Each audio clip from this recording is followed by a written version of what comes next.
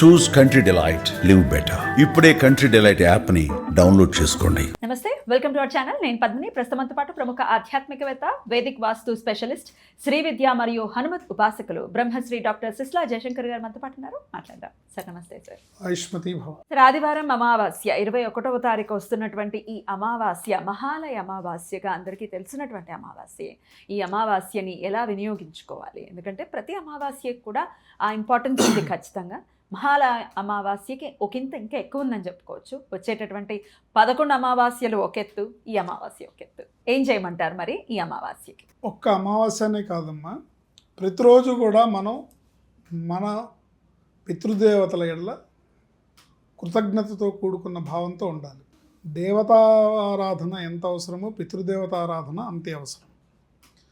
దేవుళ్ళ యందు భక్తి ఎంత అవసరమో పితృదేవతల్ని గుర్తుపెట్టుకోవడం, వాళ్ళని విస్మరించకుండా ఉండడం, వాళ్ళకి తర్పణాదులు నిర్వహించడం అనేది అత్యంత ఆవశ్యకరమైన విషయం. ఒక కుటుంబం అభివృద్ధిలోకి రావాలన్నా, ఒక కుటుంబంలో సకాలంలో వివాహాలు జరగాలన్నా, అపమృత్యు దోషాలు తొలగాలన్నా, విపత్తులు రాకుండా ఉండాలన్నా, సంతానాభివృద్ధి జరగాలన్నా, ఏం కావాలన్నా సరే ఆ ఇంట్లో పిల్లలు వృద్ధిలోకి వచ్చి సరైన మార్గంలో విద్యాబుద్ధులను అభ్యసించి ఉన్నత స్థానానికి చేరాలన్నా కూడా పితృదేవత అనుగ్రహం తప్పనిసరి. ముఖ్యంగా ఆస్తులు నిలబడడానికి, ఆస్తి సమకూరడానికి కూడా పితృదేవత అనుగ్రహం చాలా విశేషంగా అవసరం. ఆస్తి రావడానికి వాళ్ళే కారణం, ఆస్తులు చిన్నవి నిలబడాలన్నా కూడా వాళ్ళే కారణం. కనుక పితృదేవతలను విస్మరించకూడదు. ప్రతిరోజు గుర్తుపెట్టుకొని వాళ్ళకి అపరాహ్న కాలంలో తర్పణం ఇవ్వాలి. ఇప్పుడు కలియుగంలో ఇవన్నీ సాధ్యపడే విషయాలు కాదు కాబట్టి కనీసం అమావాస్య రోజు వాళ్ళకి తర్పణాది కార్యక్రమాలు నిర్వహించాలి. ప్రతిరోజు తర్పణాలు ఇచ్చేవాళ్ళు ఇప్పటికీ ఉన్నారు కదండి అపరాహ్న కాలంలో? ఉన్నారు. అంటే పెద్ద పెద్ద ఉపాసకులు ఎవరైతే ఉంటారో వాళ్ళకి మంత్రం నోటికి వస్తుంది కాబట్టి అలా వాళ్ళు ఒక 5 నిమిషాలు స్పెండ్ చేస్తున్నా కూడా ఆ పితృదేవతలకి తర్పణం అయిపోతుంది అన్నమాట. మంత్రానుష్ఠానం, నిత్యానుష్ఠానం, దేవతార్చన అంతా అయిపోయిన తర్వాత ఈ పితృదేవతలకు సంబంధించిన తర్పణం ఇస్తారు. ఎలా ఉంటుందండి నిత్యం పితృదేవతకి తర్పణం ఇవ్వటం అనేది? ఎటువంటి ఫలితాన్ని ఇస్తుంది? ఎటువంటి ఫలితాన్ని ఇస్తుందంటే, ఒక బాగా విరగగాసిన మామిడి పళ్ళ చెట్టు ఎలా ఉంటుందో ఆ కుటుంబం అలా ఉంటుంది. ఆ సువాసనలు కానీ, ఇంకా సువాసనలు, గుత్తులుగా మామిడి పళ్ళు ఉంటే ఆ విజువల్ వచ్చేసింది. అసలు ఎలా ఉంటుందో ఎంత అందంగా ఆ కుటుంబం యొక్క వంశవృక్షం అలా ఉంటుంది. అంటే మనుషులు, ఇంట్లో వాళ్ళు, తాత, నాయనమ్మ, వాళ్ళ పిల్లలు, పిల్లలకి పిల్లలు, ఆ కుటుంబం సఖ్యత, వాళ్ళలో సఖ్యత, వాళ్ళలో ప్రేమానురాగాలు, చూస్తాం ఇది కదండి. చూస్తాం. ఖచ్చితంగా పితృదేవత అనుగ్రహం ఉన్న కుటుంబాలు అలాగే ఉంటాయి.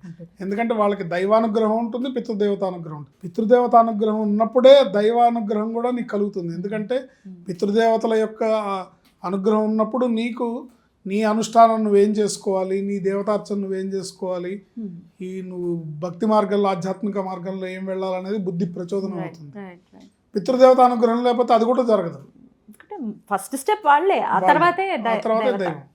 అందుకని పితృదేవతలను విస్మరించకుండా కనీసం ప్రతి అమావాస్యకి తర్పణాది కార్యక్రమాలు నిర్వహించాలి.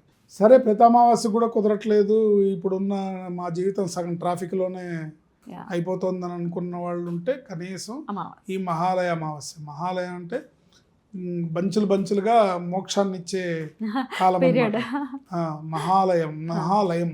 సో ఆ మహాలయ అమావాస్యలో మనం యాక్చువల్గా ఏంటంటే ఈ 15 రోజులు కూడా ప్రతిరోజు ఇవ్వాలి కనీసం. అంటే ప్రతి అమావాస్య మిస్ అయిన వాళ్ళు ఈ 15 రోజులు ప్రతిరోజు ఇవ్వాలి.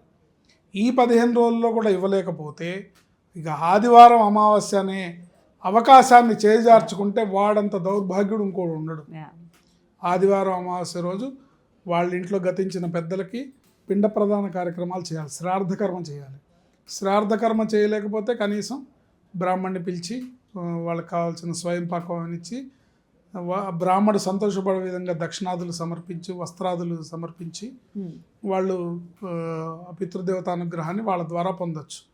అది కూడా చేయలేకపోతే గోశాలకు వెళ్ళి గోవుకి గ్రాసం పెట్టి, నేను పితృకర్మ చేయలేకపోయాను, నేను శ్రాద్ధకర్మ నిర్వర్తించలేకపోయాను అని దక్షిణానికి తిరిగి గట్టిగా ఏడ్చి వాళ్ళని తలుచుకొని గట్టిగా ఏడ్చి, నా అసక్తతని మన్నించి క్షమించండి, నేను ఈ గోవుకి ఈ గ్రాసం పెడుతున్నాను, ఈ గోవు గ్రాసం తినడం ద్వారా మీరు సంతృప్తి పొంది మాకు కుటుంబానికి అనుగ్రహించండి అన్నా కూడా పితృదేవతలు అనుగ్రహిస్తారు.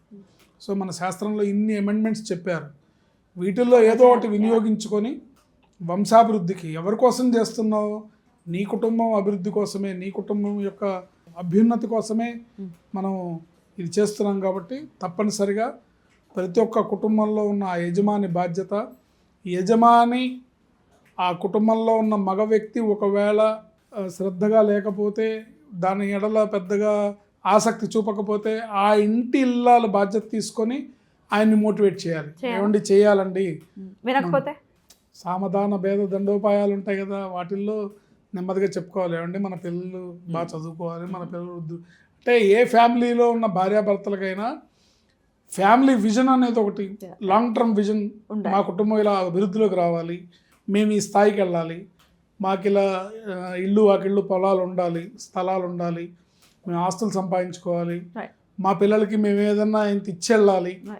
అంటే డబ్బున్న వాళ్ళు వేల కొద్ది ఎకరాలు, వందల కొద్ది కోట్ల రూపాయలు, టన్నుల కొద్ది బంగారం ఇస్తారు. కానీ నేను చెప్పేది సాధారణంగా మేము మధ్యతరగతి కుటుంబం వాళ్ళు ఎవరైతే ఉన్నారో వాళ్ళు ఏదో ఒక ఇల్లు కొనుక్కుంటే వాళ్ళ జీవితకాలపు సాఫల్య పురస్కారం కింద అయిపోతుంది. ఒక ఫ్లాట్ ₹1,00,00,000 పెట్టి కొన్నారంటే వాళ్ళకి అది జీవితకాల పురస్కారం.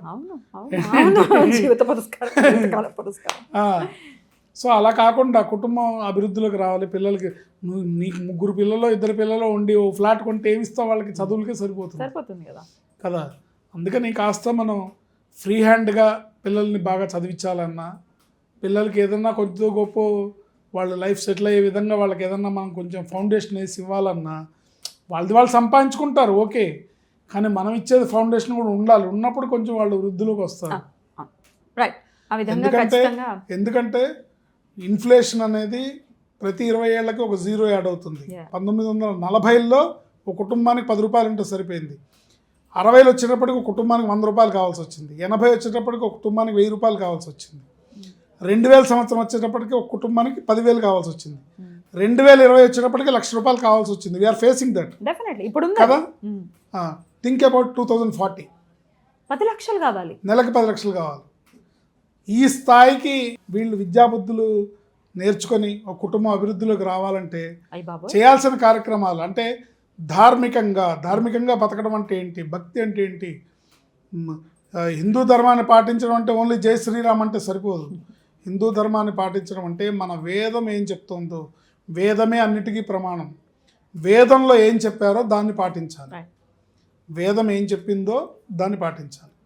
వేద శివో వేద వేదాధ్యాయీ సదాశివ తస్మాత్ సర్వయత్నేన వేదాభ్యాసం కుర్యాత్ అన్నారు. వేదాన్ని ప్రామాణికంగా తీసుకొని వేదం చెప్పిన విధంగా చేయాలి. సో పితృదేవతారాధన కూడా వేదంలో చెప్పింది ఇదంతా, ఆ ప్రకారమే పాటించాలి. పాటించడం ద్వారా మీ కుటుంబమే అభివృద్ధిలోకి వస్తుంది, మీ పిల్లలే వృద్ధిలోకి వస్తారు, మీరే ఉన్నత స్థానానికి వెళ్తారు. ఉన్నత స్థానానికి వెళ్ళాలి అని అంటే అది మన చేతుల్లోనే ఉంది, మనం వినియోగించుకోవాలి. ఇస్తూనే ఉంది శాస్త్రం, ప్రకృతి ఇస్తూనే ఉంది. ఇటువంటి రోజుల్ని యూటిలైజ్ చేసుకుందాం. చాలా అద్భుతంగా వివరించారు. ఖచ్చితంగా మన వాళ్ళకి ఆ రోజుని అనుసరించి మన వాళ్ళకి మంచి జరగాలి అని మనస్ఫూర్తిగా కోరుకుంటూ కృతజ్ఞతలండి. నమస్తే. ఆయుష్మతి భవ.